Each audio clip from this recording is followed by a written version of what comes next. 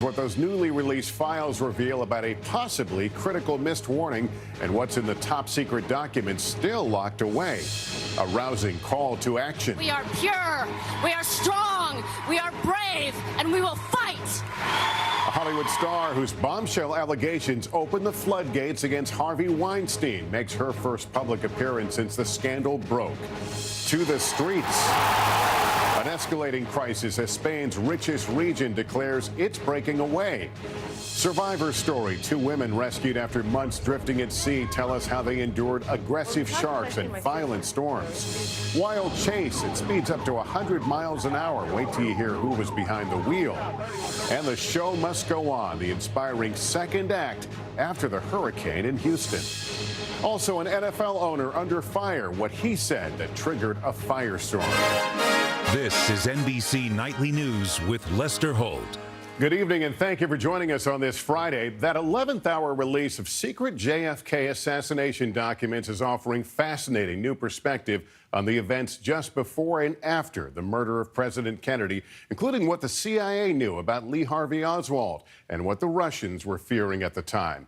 But even as historians, journalists, and amateur detectives sift through the trove of documents, it's what is not there that's raising the most intrigue tonight. The release of hundreds of additional pages blocked by President Trump in the name of national security. Our Pete Williams has details. The documents offer more proof that the Secret Service was apparently never told Lee Harvey Oswald might be a danger to the president, even though the CIA and FBI had him under surveillance for months as a potential communist threat. Oswald was added to the list of threats to the president November 22, 1963. Reason, quote, kill JFK. He was a misfit and a sociopath who defected to the Soviet Union. That was rare enough so that the FBI and the CIA should have made sure the Secret Service was aware of him. A just-released memo says Soviet officials thought the assassination was a conspiracy on the part of the ultra-right to start a coup, and worried that, quote, some irresponsible general might launch a missile at the Soviet Union. In another disclosure, FBI Director J. Edgar Hoover was furious at Dallas police when Oswald was shot in the basement of police headquarters. He's been shot. He's been shot. Lee Oswald has been shot. The memo says the FBI warned the police that Oswald was in danger after an anonymous caller said a committee had been formed to kill him. Hoover said it's important to have something issued, quote, so we can convince the public that Oswald is the real assassin. Historians say many U.S. officials worried it would start a war if the public thought the Cubans or Russians were responsible. Keep in mind the Cuban Missile Crisis that happened just a year before. We were all terrified of thousands of nukes hitting us, and Johnson and Hoover and a lot of people didn't want to go there again. Conspiracy theories have abounded that Oswald was actually a CIA agent or informant. In one of the documents, former CIA Director Richard Helms is asked in 1975, is there any information involved with the assassination of President Kennedy which in any way shows that Lee Harvey Oswald was in some way a CIA agent or an agent? But the document ends there. Another question still unanswered. Pete Williams, NBC News, Washington. This is Cynthia McFadden. It remains one of the seminal moments in American history. It appears as though something has happened in the motorcade route. Bullets fired on President Kennedy's motorcade in Dallas. An hour later, the American people are told the tragic outcome. Excuse me, Chad. Here is a flash from the Associated Press, Dateline Dallas. 2 priests who were with President Kennedy say he is dead of bullet wounds. Still, 54 years after that sad day, much of what happened remains shrouded in mystery. Lee Harvey Oswald was quickly arrested and just as quickly killed by a local nightclub owner, Jack Ruby. Lee Oswald has been shot. The mystery deepened. Was there a conspiracy to kill the president? Most Americans today believe that there was. Despite the fact the Warren Commission concluded in 1964 Oswald acted alone. Though in 1979, a House Select Committee concluded Kennedy was probably assassinated as a result of a conspiracy. Over the years, there have been dozens of books written, many movies made too. The best known of them, Oliver Stone's JFK. Once you conclude the magic bullet could not create all 7 of those wounds, you have to conclude that there was a fourth shot and a second rifle. A good film, it won 2 Oscars. But good history?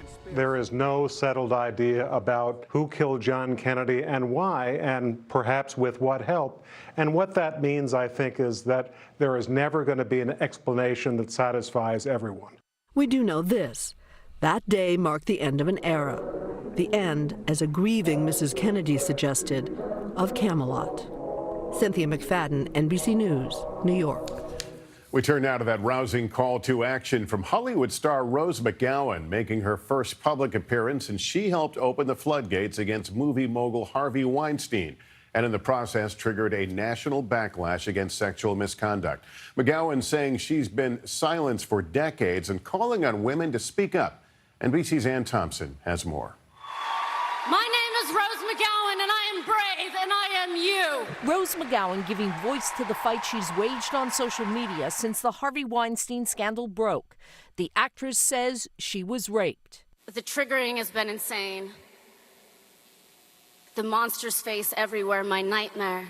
She never mentioned Weinstein by name at the Women's Convention in Detroit. McGowan reached a $100,000 settlement with the once powerful movie producer, according to the New York Times.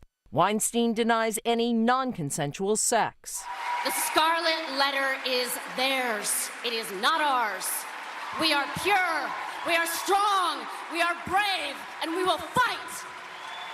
Today, Congresswoman Jackie Speier saying "Me Too" when she was a Capitol Hill aide.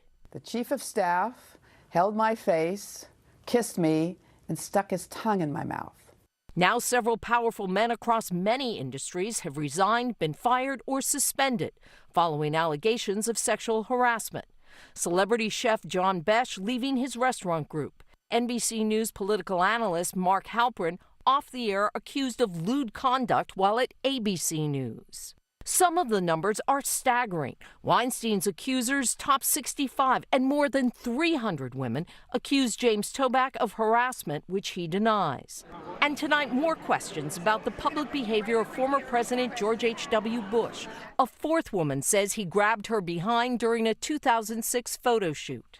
As more women tell their stories, advocates in Detroit hope for real change. I'm thinking that finally that women will not be afraid to let someone know what's happening to them. You know, Lester, tonight women are finding strength and power in the number of people coming forward with their stories. And they want men to finally take this issue seriously as well. And remember that the targets could be their mothers, their sisters, or their daughters. All right, Ann Thompson, thank you. Tonight, the man who would be at the center of any American military confrontation with North Korea is just about as close as you can get to the threat. Secretary of Defense James Mattis along the DMZ on the border between North and South, getting a look at the other side and sending a strong message. Our chief foreign correspondent, Richard Engel, reports tonight from Seoul. Arriving by helicopter under tight security, Defense Secretary Mattis flew right to North Korea's doorstep today and looked out onto the very hills where North Korea has hundreds of rockets and artillery pieces ready to fire in the event of a war. Behind that in the caves is where the long-range artillery is. Seoul and its 20 million people are just 35 miles away. North Korea has been practicing for this low-tech assault. Missile defenses would be ineffective, the casualties enormous. At the border, Mattis came within yards of North Korean soldiers as, in a bizarre scene in this tense place, tourists in the north looked on. Our goal is not war, but rather the complete, verifiable, and irreversible denuclearization of the Korean Peninsula. North Korea's leader, Kim Jong-un, says denuclearization is a non-starter. But the Trump administration is now trying to show that it's not asking. President Trump arrives in Asia next week with what is effectively an armada. For the first time in years, 3 U.S. aircraft carrier strike groups are heading to the Pacific, in addition to the some 32,000 U.S. troops already in South Korea. The Navy says the deployment of the carriers was pre-planned. Still, it's a huge show of force to tell North Korea if it attacks Seoul with its artillery or worse, uses its nuclear arms. The U.S. response will be devastating. Lester? Richard Engel in Seoul tonight. Thank you. In a historic move opposed by the U.S., the Catalonia region of Spain declared its independence today from the rest of the country. But the Spanish government immediately retaliated, trying to keep the Catalans from seceding. NBC's Bill Neely has the latest on what's happening in Catalonia's regional capital, Barcelona. Wild celebrations in Barcelona as Spain's richest region declares independence. Catalonia's flags raised. Super happy, super excited. This dream is my grandfather's dream. History made by a vote in the Catalan parliament. Lawmakers singing their anthem in their own Catalan language. But within minutes, Spain hit back. Its parliament voting to strip all power from Catalonia. Spain's prime minister denouncing independence as a criminal act. The Catalan leader now facing arrest. Spanish riot police, sent in once this month to stop an independence vote, are standing by. Amid today's tears, fears of violence. Millions of Catalans don't want independence. Europe and the US oppose it. The State Department tweeting, "Keep Spain united." But it's a fractured country. Spain tonight entering dark, unknown territory. Bill Neely, NBC News. The owner of the Houston Texans has apologized for a comment behind closed doors about player protests. Robert McNair reportedly said, quote, "We can't have the inmates running the prison," during a recent NFL meeting. According to reports, Texan players nearly walked out of practice today over that statement. In a statement, McNair said, quote, "I regret that I used that expression. I never meant to offend anyone, and I was not referring to our players." In Florida tonight, Tiger Woods has pleaded guilty to reckless driving in a deal that will keep him out of jail. It started with his arrest last spring when he was found passed out in his Mercedes, and police say with prescription drugs and marijuana in his system. As part of the deal, Woods will enter a diversion program and spend a year on probation. Facebook today announced stricter rules for political advertisers after admitting thousands of ads linked to Russia appeared on its platform during the election. This comes after Twitter revealed that bots, bogus automated accounts linked with Russia, also tried to influence the election. NBC's Jolene Kent explains how bots work and how fast they can sway the conversation on social media.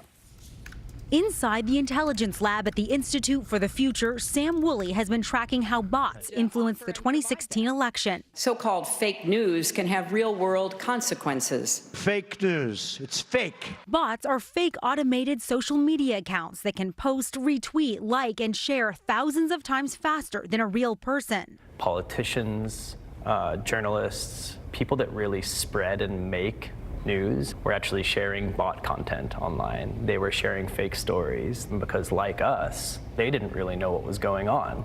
Bots can add thousands of fake followers to a politician's account to make them appear more influential. They retweet posts to spread information quickly and widely, often using popular hashtags and trending topics to get more users to engage in a disinformation attack. It helps real people see that stuff and engage in it, right? Exactly. Yeah, it's more subtle, it's more insidious, it spreads better.